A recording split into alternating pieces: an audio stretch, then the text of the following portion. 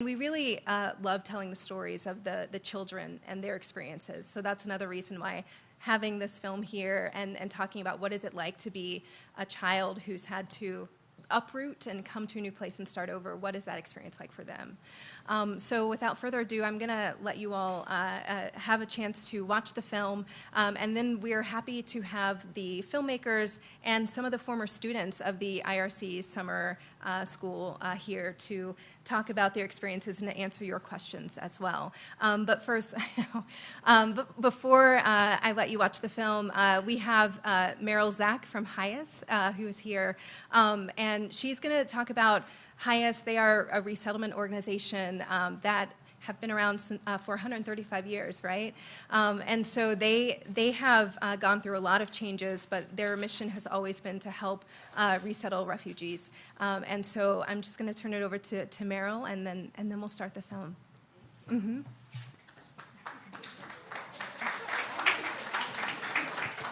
I wore very high shoes because I'm very short, and it looks like that was a worthy choice this morning. Well, thank you. I'm so honored to be here. And before I really start, I want to thank Annie Polland of the Tenement Museum for inviting me to be here tonight, and to Renee Silverman for, I think, conceiving of and then making Refugee Kids happen. With Peter, who we have. Hi, Peter. Thank you. And to all of you for coming here to learn more about refugees. And what I'm going to talk about a little bit is today's global refugee crisis, which is a very pressing humanitarian issue.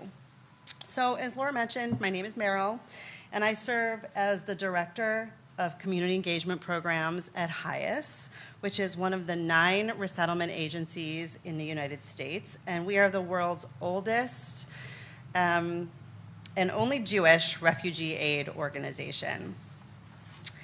When I was invited to speak tonight, I was asked to share a little bit about the trajectory of HIAS, formerly known as the Hebrew Immigrant Aid Society, and how we came to be, and how the populations that we've served for well over a century have shifted over time. I'm really delighted to do so, although I wish that I wasn't here, right? I wish I could tell you a story that ends with HIAS closing up shop and saying mission accomplished.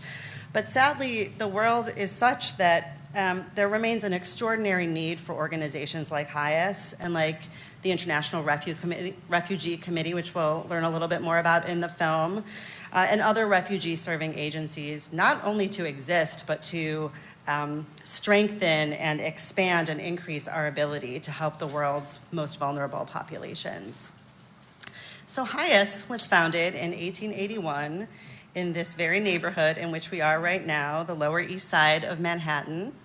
And it was founded in a storefront by American Jews of German descent to provide much needed comfort and aid to thousands of Jews fleeing waves of anti-Semitic riots in Europe. And while those who arrived here were refugees, people who were being killed in their homelands because of who they are, the world did not yet have a legal concept for people who were needing safe refuge outside of their homelands. And in those early days, HIAS supported new immigrants by providing food, housing, job assistance, medical care, translation assistance. We established a shelter here on the Lower East Side, providing dormitory space and a soup kitchen, and we provided clothing to any needy Jew. And we actually established a bureau on Ellis Island in 1904 that provided translation services, and HIAS volunteers and eventually staff guided immigrants through medical screenings, argued before what were called boards of special inquiry against deportations, and obtained bonds to guarantee employment status, or employable status, rather, of people who were coming in. HIAS also did things like lent new immigrants the $25 landing fee that was required to enter the United States, and we sold railroad tickets at reduced rates to people who were headed out of New York to other states and cities. We even installed a kosher kitchen on Ellis Island, which provided more than 500,000 meals to immigrants coming through. So over the first 120 years of HIAS's existence, and you heard that we're 135 and a half, As Jews fled from Tsarist Russia and from Nazi-occupied Europe and from Egypt and from Iran and Cuba and Ethiopia and the former Soviet Union, HIAS helped them start new lives and adapt to and become part of American culture. At the turn of the 21st century, though, as the waves of Jewish immigration and as the waves of Jewish refugees very fortunately slowed, HIAS had a moment where we sort of said, do we say mission accomplished and close up shop and say, we've done that? We decided not to, and we decided to sort of look at our skill sets and our experience and say, let's redeploy this, because there are still very needy refugees in the world fleeing persecution and violence. And so our mission shifted to focus on refugees from across the globe, regardless of their faith. We still work with the trickle of Jewish refugees who continue to trickle from Iran and from the former Soviet Union, but now we work with people of all faiths, from all countries. And we do so because, especially at this moment today, the global refugee crisis is truly worse than at any point since immediately following the Second World War. There are 60 million people today who are displaced from their homes, and 19.5 million of those are refugees who have fled because of persecution and violence. And while many of us today, very understandably, especially given the media, focus on the Syrian refugees, and I'll talk about them in a moment, who are fleeing to Europe, they are part of a much larger global crisis that includes refugees, and I'll just look down because the list is long and I don't want to miss the countries, but refugees from places such as Myanmar, Burma, Afghanistan, Iraq, Central America, Somalia, Colombia, and Ukraine. In HIAS's 10 offices around the globe, we work domestically and internationally to help protect refugees by providing legal services, psychosocial support, and livelihood trainings. We provide aid for close to 300,000 Darfuri refugees who fled to Chad following genocides in Sudan. We work with thousands of displaced people in Ukraine, and we work with LGBTQ refugees from Uganda. We also work here with some of the unaccompanied children who came over the United States southern border from Central America during the last few years. And we do significant work in Israel as well to help protect the rights of African asylum seekers who've come to the Israeli border with Egypt seeking safety from Eritrea, which is one of the most repressive regimes in the world, and Sudan, a country which, as we know, has a history of genocide and war crime. Here in the US, as I mentioned just moments ago, HIAS is one of 9 volunteer agencies that resettle all of the refugees admitted to this country by the US State Department each year. As you may have heard, it's less in the news now, but it was a little bit more in the fall. For the last several years, the total number of refugees that the United States allowed in was 70,000. It held steady at that for quite a long time. And that number is determined on an annual basis. It's not sort of several years out. It's every year. It's called the presidential determination. So it was at 70,000.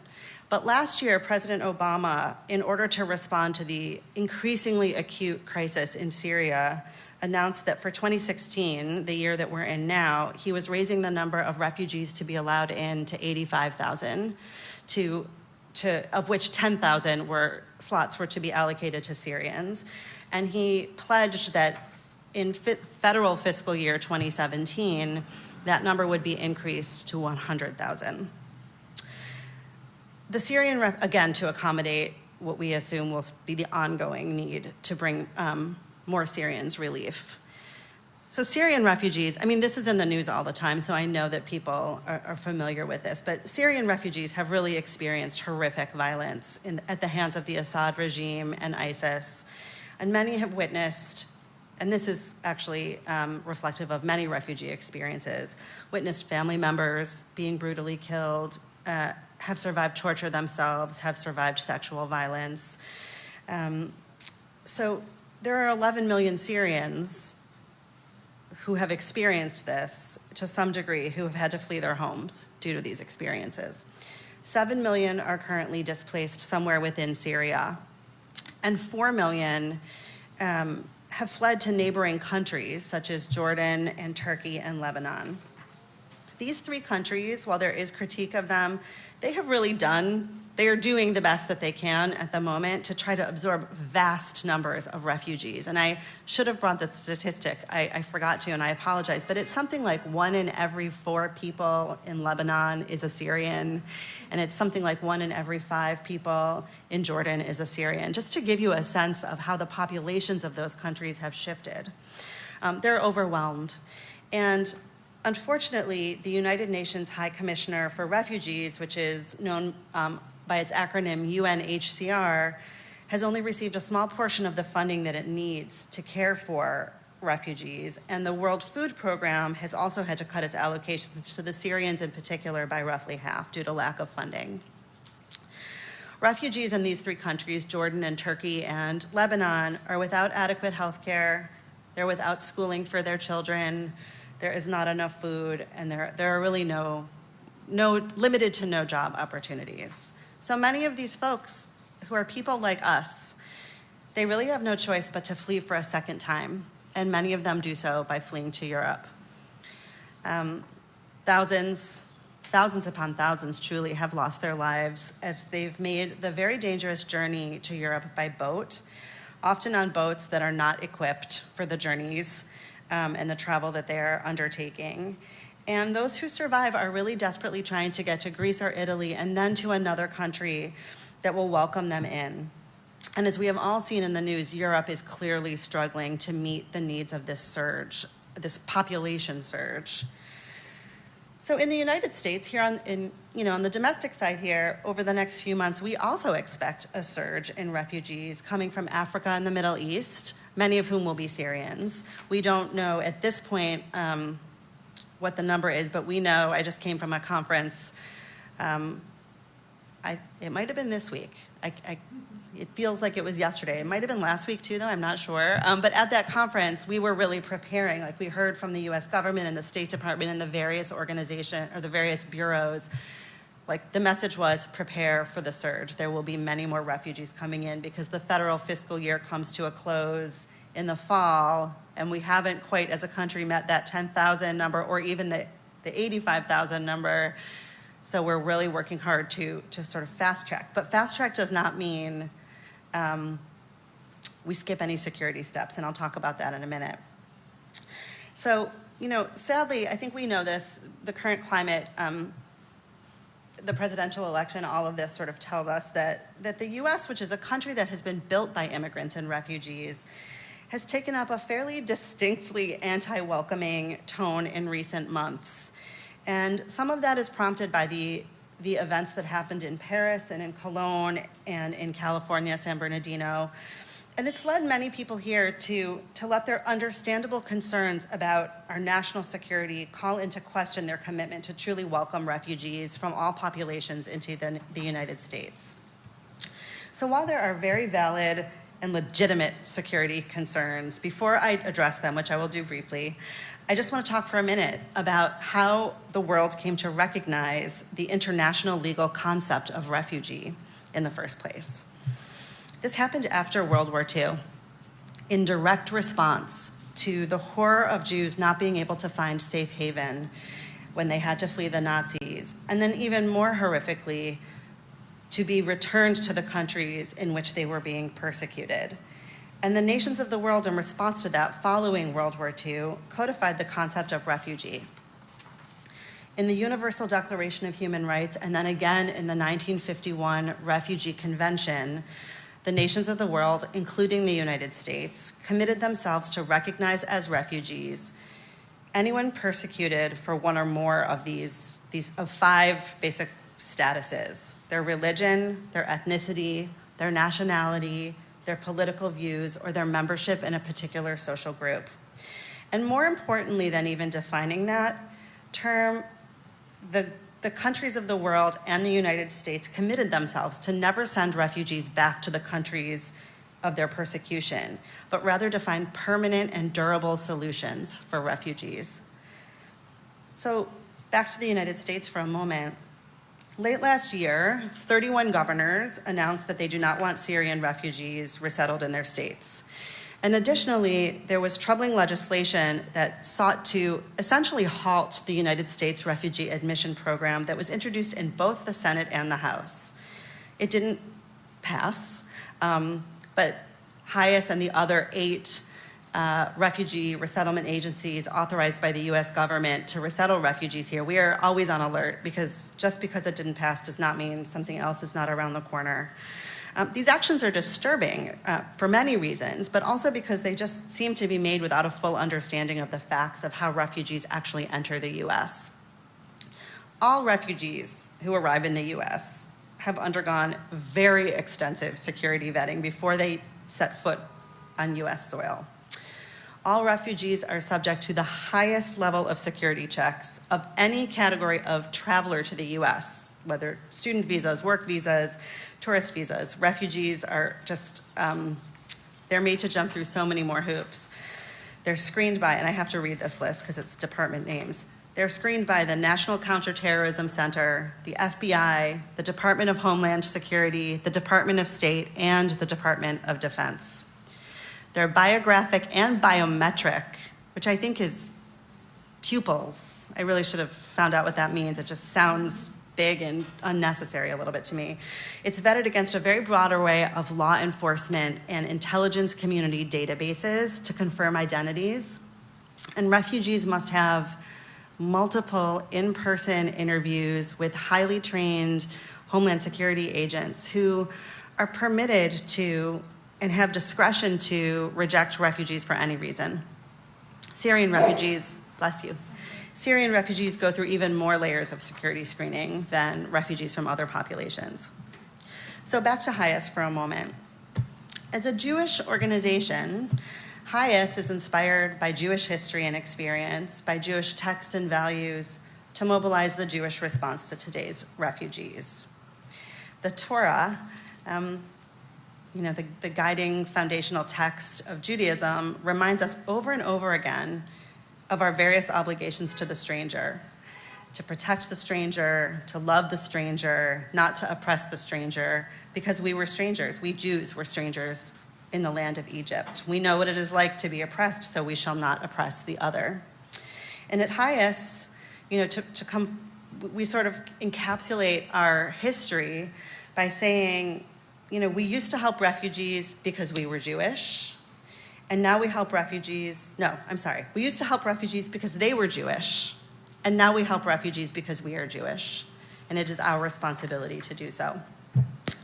So in closing, there are some pink cards over by the refreshments, and I hope you'll take one with you tonight so that you can check out the HIAS website, thank you, just holding one up, and get involved in what is unfortunately a still critically relevant movement to support refugees worldwide. We can all commit to doing something, whether it's being at a program like this and learning more, exploring volunteer opportunities, taking action on advocacy and policy issues, or giving charitably to address the global refugee crisis in a way that makes sense and is meaningful for us. So with that, onto something I think much more uplifting, though probably illustrative of some of the challenges that people face when they do start to resettle here and rebuild their lives. And thank you.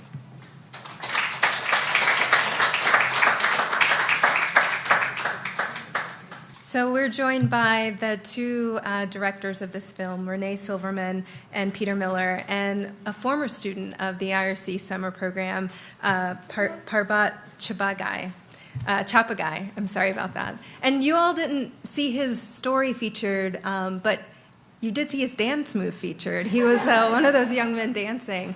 So since we didn't get a chance to meet you on the film, would you mind if we started with you and you just kind of let us know about your experience?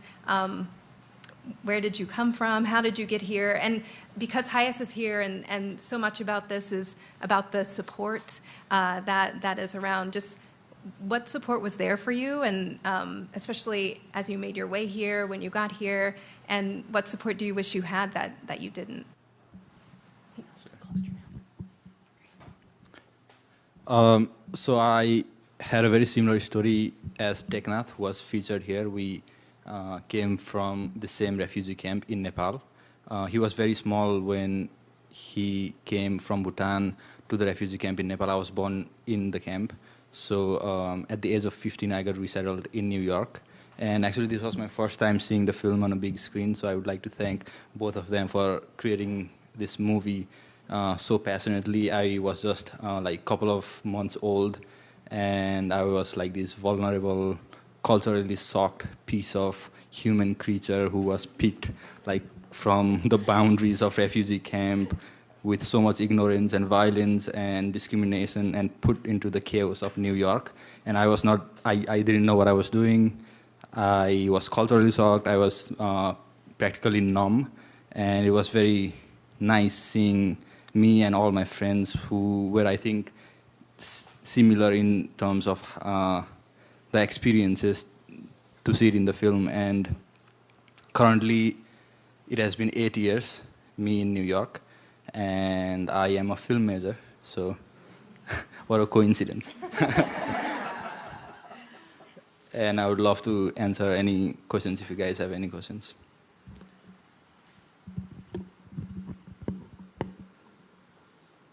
I'll ask another one, but we do want to hear from you all. And I'm just curious to hear from Renee and Peter.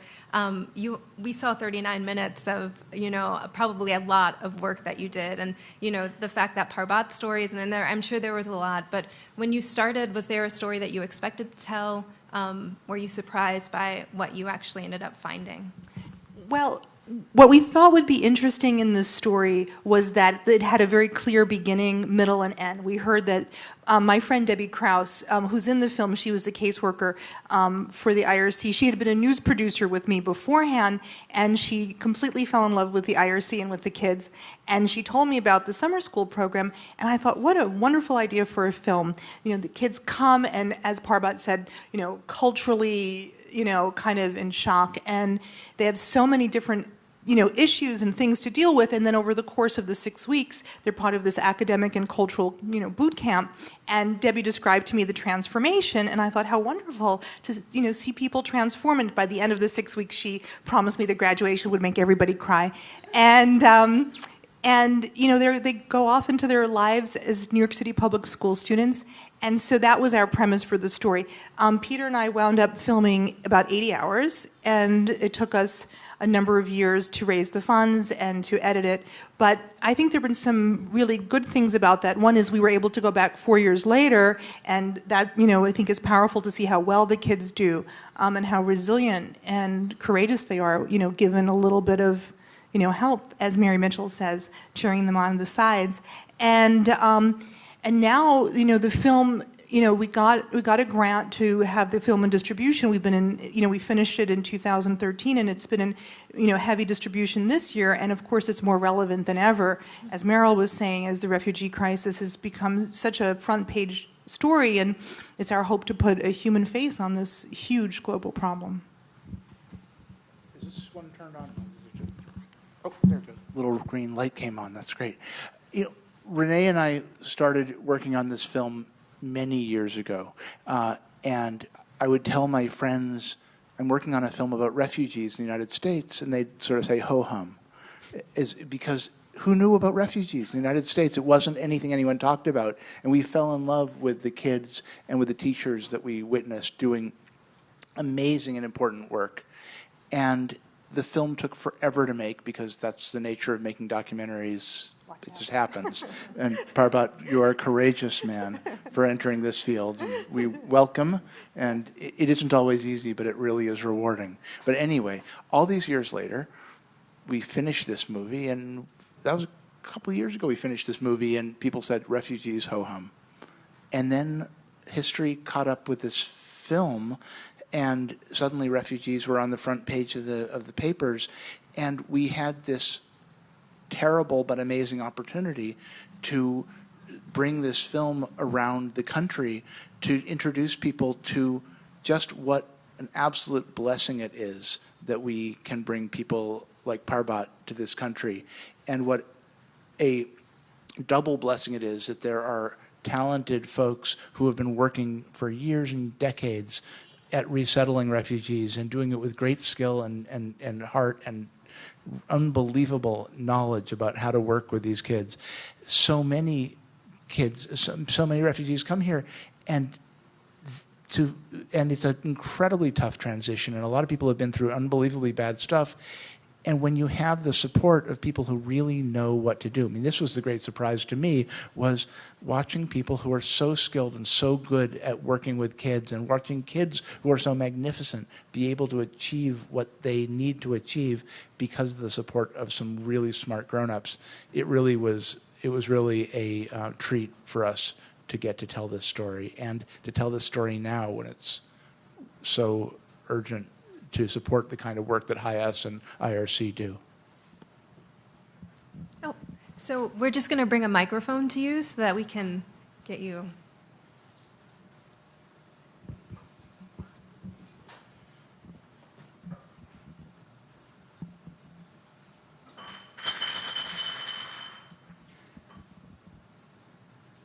Are you planning any follow-up work in this same sort of vein in terms of following refugees, or what's your next project? Well, interesting that you should bring that up. Yes, it would be wonderful to follow up and to see where the kids are now. And I think the kids who've been part of this program have been remarkably successful. And Parbat was just telling us that that's not always the case for refugee kids. I think there's a huge difference between kids who get extra attention and are, it's understood that refugees have unique, issues and concerns, and it's hard to make this transition. And I think it would be very important to, follow up on it. So we can talk about it later. Excuse me, I want to say something. Oh, okay. I just want to say, Peter said that the picture was very interesting. I have to add, the picture was most timely because there were so many sad cases of children who just need a chance like that. So I feel a very timely film. Thank you. You made it. A lot of the kids in the film made it. But it's so hard. You guys are put into tough neighborhoods, rough neighborhoods. Does this film makes it seem like it's easy? How many kids that you know haven't been as successful, and why does that happen? So, being brought up in a refugee camp was one story. It was not just like living under marginal physical needs such as food, shelter, and education, but it was also like psychological oppression for discrimination and violence, and that kind of restricts our ability to explore what it is to grow up under normal circumstances, like the possibilities and the realities of living a normal life, right? So after living under those circumstances and coming to US, where there is a lot of opportunities and things like that, and we do get a lot of chances, but as I move forward in life and getting exposed to the real life, I try to find my own identity. Where do I belong? And I try to find myself within the Resettle communities. There's like 80,000 Resettle communities from Bhutan, from the Bhutanese refugee camp in here, and then I try to go back. But I always am very disheartened and very frustrated to see that there's very heavy integrational, educational, and work challenges that my community is facing. Almost 90% of my friends who grew up together with me and then who attended high school here are not attending college right now. So I was discussing with Peter actually, and then I try to find so many reasons why is this happening, and I reached to the same conclusion that we were institutionalized. Living under a refugee camp for 20 years, it produces a gap for not just our age, but all ages, like my parents' age, my grandparents' age, and the upcoming generation. And there's not just challenges individually for us, but there's also intergenerational conflict, like, for example, conflicts between me and my parents. How do we understand each other, right? So I don't know the answer. It's very complicated. It's very frustrating. and it is very difficult to move forward from that community and getting integrated to real life and make some change. And at the same time, it is also very difficult to make the policymakers understand who we really are and make them help us, understanding us. Because I think instead of us changing and becoming the dominant culture, like the dominant culture, I think we will get better integrated if the policymakers better understand us and let us integrate very organically. But that is not happening because I have find like so many different challenges that people from the same community are not being able to represent themselves better. I don't know if it makes sense, but yeah. You're very eloquent.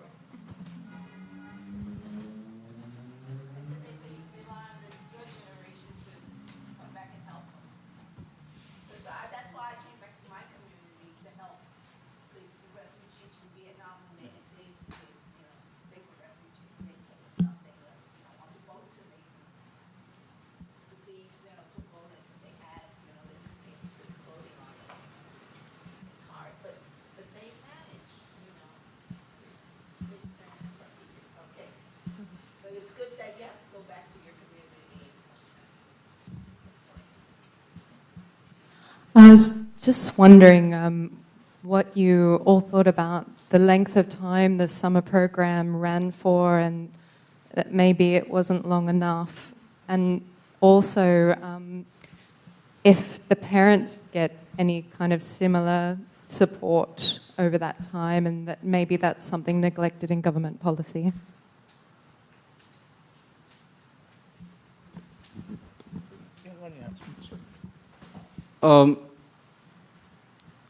It was very interesting because in terms of cultural exchange, it was not just, it was a very friendly and at the same time nicer environment, getting to know other people from similar backgrounds who have fled similar kind of situations and conflict, and we are together in the same space.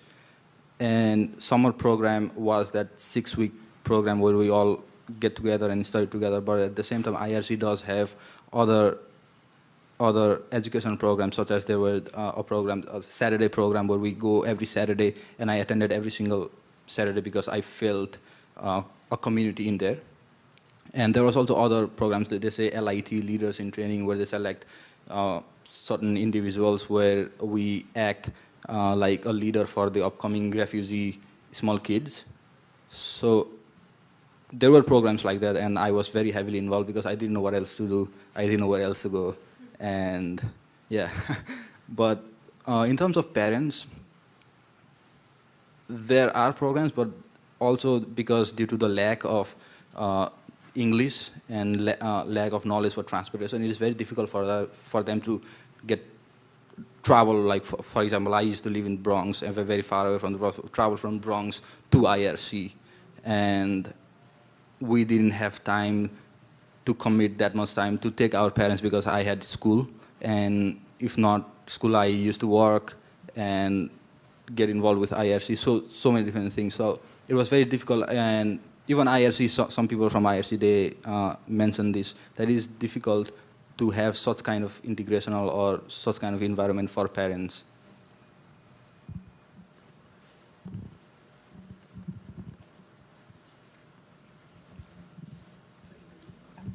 You talked about sharing this film around the country, and I was just wondering if you had any opportunities to also share this film in other countries, especially in some European countries where there seems to be a lot of struggle with really how to deal with this just major influx of refugees coming in.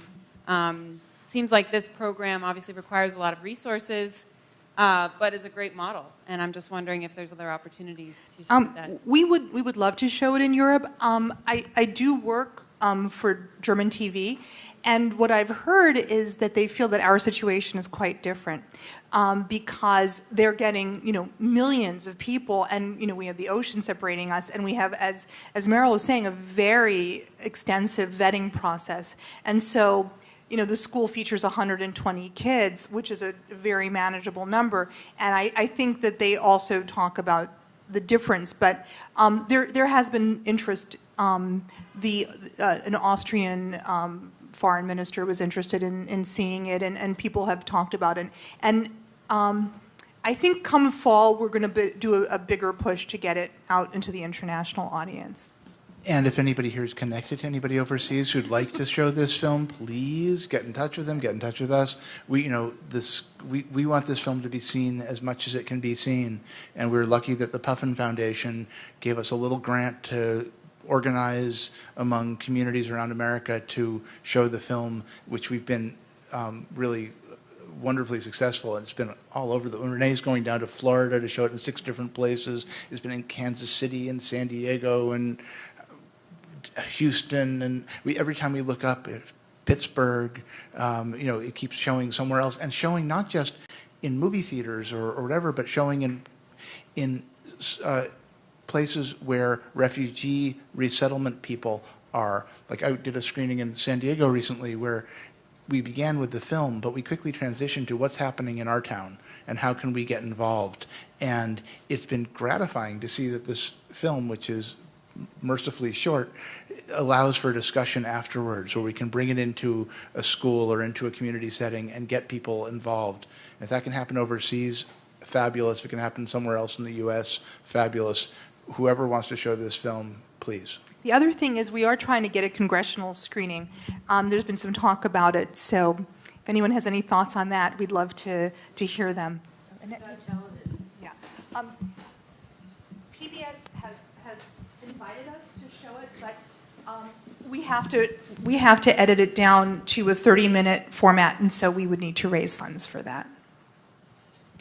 So first of all, I want to congratulate all of you. It's a very moving documentary and very well put together, very well crafted, wonderfully edited. I'm wondering if you could talk a little bit about your work with the composer Liz Swados, who sadly passed away this year, and who is really sort of a great feminist musician. Can you talk a little bit about how the music was interwoven in the editing process and what it was like to work with her? Sure, do you want me to start? I can start, and then Renee will pick up, because Renee has been a Liz Swados fan since a long time. Since Runaways, since I was a teenager. So it was a real honor to work with Liz. But Renee and I, while we were making this film, we also made a film called Sosua, Make a Better World, which is about teenagers in Washington Heights who put on a play about how the Dominican Republic rescued Jews from Nazi Germany when nobody else was doing it. And 10 Jewish and 10 Dominican kids in a Jewish and Dominican neighborhood put on a musical that is crafted by and led by and workshopped by and written by Liz Swados, who came to Washington Heights and spent a year, and we spent a year watching her and the kids do this and made this movie that has been on public television and has been showing in film festivals. And anyway, we made that movie and, of course, became great friends with Liz Swados, who Renee, quietly said, we have this other film. Could we maybe ask you to think about writing the music for it? And she said, yes. And in fact, actually, I didn't ask her. She offered. As soon as she heard the topic, she felt a real kinship for it. So she said, "Do you have a composer?" And I said, I would love for you to be our composer. And she was very generous. She basically did it for nothing. And she had a recording studio a couple blocks from here on East 4th Street, this little tiny jewel box. And she had her colleague, Yukio, who had like this incredible collection of musical instruments from around the world. And basically, she, Yukio, and Sam Wilmot came up with the score. They layered it with different instruments. And we did it a little bit of an unusual way. Rather than score it to picture, we told her we need about 16 different compositions. We told her the emotional impact that we wanted for each piece, and then she did variations on it, and we all collaborated together. And it was such a tiny space, we couldn't even all fit in the room. We would sit on, like Peter and I would sit behind each other on the steps, and then Liz would sit on the floor, and then Yukio would be at the console. But it was a wonderful experience working with her, and something that we always think about now that she's gone. The other thing, thank you for calling out the editing. Aaron Vega, our film editor, should be here with us. He's is an astonishing documentary film editor who's also a political activist and became the state representative for Holyoke, Massachusetts, where he lives and is now serving in the Massachusetts State House and has temporarily hung up his editing shoes, which is too bad, but it's great for the people of Holyoke, Mass. But he's a person who wears many different hats. On the music, we decided, and Liz encouraged us, that when it was an African student, we weren't necessarily going to use African instruments. When it was a student from Nepal, we weren't necessarily going to use Nepalese instruments. So you've got Japanese flutes during the African scene, and you've got instruments from all the wrong places playing during these scenes, which to me is what this film and what this school is about, which is we are a community of people, and it doesn't matter what drum or flute or keyboard you play, it's about being a community of immigrants in a country that is a country of immigrants.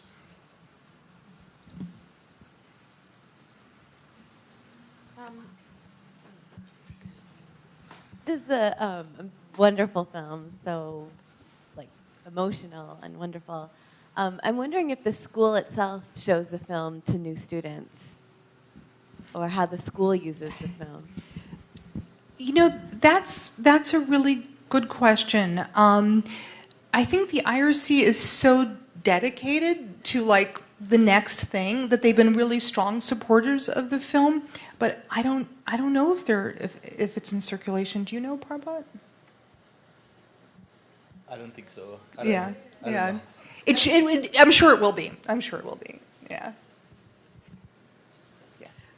This is the second time I've seen it, and it's just wonderful to see it again. I see new things, and it's just beautifully put together. I was wondering a little bit about the IRC. How does it find students, or do the students find the community? And are they funded by the government or privately funded? Well, that's a good question. The IRC is one of the, that Merrill talked about, is one of the 9 partners that the U.S. government, it's like private entities that the U.S. government partners with when they decide to bring in refugees, which is about 70,000. It's supposed to go up to 100,000 this year. So the IRC decides which students and which families they can be most helpful to. And then they decide, they have 26 different organizations across the country. So they decide, there are a lot of Bhutanese in the Bronx, we'll make sure that the Bhutanese families go to the Bronx. They try to organize, people so that they'll enter an infrastructure that will work for them. So once you make it through this very rigorous process and you come to the United States, and IRC is the resettlement agency that's working with you, the children are automatically enrolled. There's no application process, there's no fees, they just get to attend the school. In terms of funding, when we were filming back in 2009, they were getting funds from the federal government, and when James says we'd like to have a school year-round, it was very much of a realistic plan. Sadly, since then, and we only know that the situation has gotten so much worse since that time, I don't think they're getting any federal funds. And so there's been a struggle every year to get the funding together because the teachers are paid. They are New York City public school teachers. And there is, there's a substantial budget to run this. They have a lot of supporters. They're a huge private organization, so they always pull it together. But their goal now is to keep the summer program alive. And sadly, the year-round school is now more of a back burner because it's so pressing to just keep the summer school going. One last question. I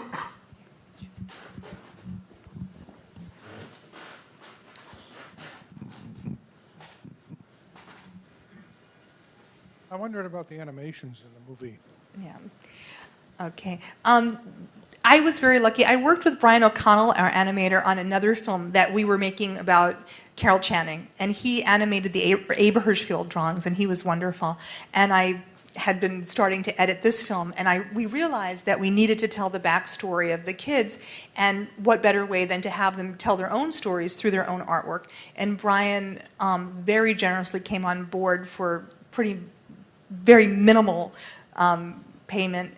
He's very generous. And he came, and when he He came when we had the kids drawing their stories, and he was part of that process.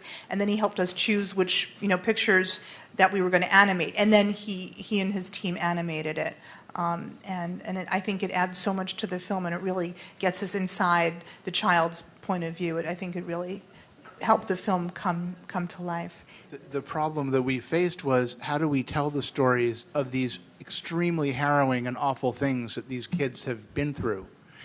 Because that is so critical to understanding what's going on in their lives, without you showing archival footage of Liberia, which isn't, and our film is a child's eye view of what's going on in the world.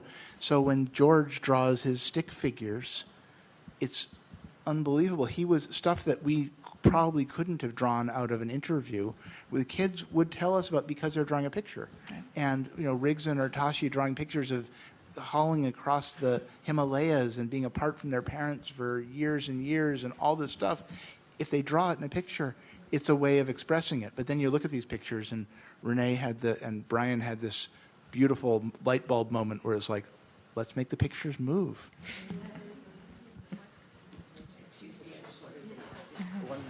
Sorry. The first picture that they made that I really, really enjoyed, besides this one, was Sosua.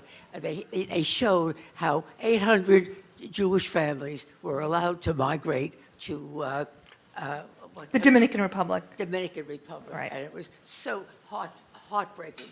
And I feel that you ought to try to put that film out again. I think we're going to talk about it. We have some copies for Laura tonight. Thanks, Mom. Nice pitch. That's your mom, right, Renee? Mom, of course. A pitch from the director's mom, but she's right. I want to thank all of you for coming out this evening. Parbat, thank you so much for being here. Renee, Peter. We're a storytelling museum. We tell the stories of the families who lived at 97 Orchard. We're telling the stories of the families who lived here at 103 Orchard. And while there are parallels and similarities, it's really important to know the distinct experiences and see how it's different for someone to grow up in a camp and how that affects their experience when they immigrate to this country. So thank you very much for making this film. Thank you for being here.